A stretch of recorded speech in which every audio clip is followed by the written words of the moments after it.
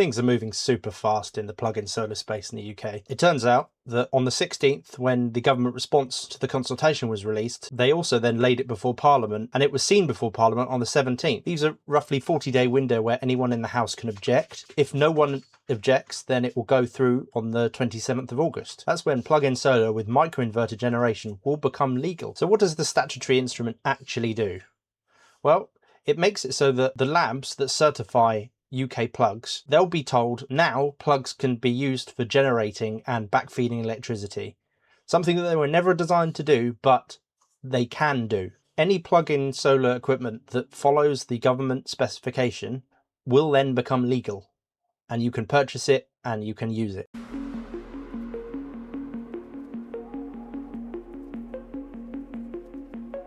There's three main points. The unit can generate 800 watts maximum output, sunlight only, and batteries are not included. That includes batteries and inverters all in one units, like the Octopus Nook, EcoFlow Stream, Indivolt PowerFlex. Also, on the DC side, you're only allowed a maximum of 2000 watts input power. 2000 watts of solar panels, you'd get a lot of clipping to generate 800 watts, but it's just worth knowing about. So what's the catch? On the 27th of August, operating compliant equipment will become legal, but nothing on sale today is compliant yet, as far as I'm aware. The approval chain only went live 2 days ago. Industry and providers will be out there scrambling to get their equipment certified, ready for the launch.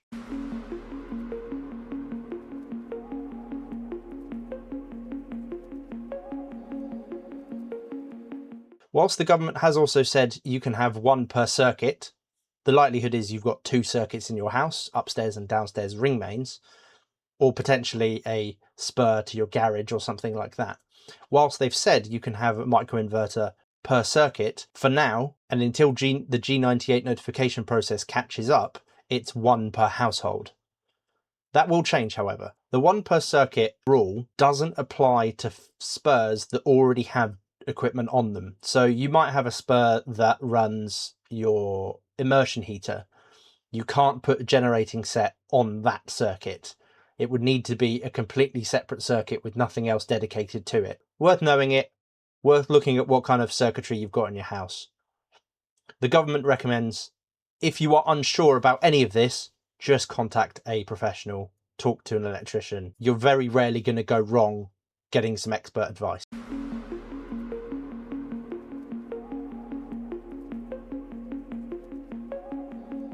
There's an easy way to tell whether or not kit will be compliant or not, and that is to go to the ENA register now and try and find the product you're looking at. If you find it in there and it's passed the regulations and passed the safety tests, the likelihood is by the 27th of August it will be compliant. As many of you will probably know, especially in the DIY space, there is the law and then there is what is done. Companies are already selling battery and inverter combo devices like EcoFlow. They're already selling them, people are already buying them, people are already installing them. So there are other YouTube channels out there that are doing the exact same thing as this. They're reviewing the products, they're showing you how really simple this kind of system is. My prediction is the government isn't going to hang around with the battery storage. They're going to move quite quickly. And I think industry will be pushing them to deal with this quickly, because the biggest savings for customers really happen when you combine solar generation with storage.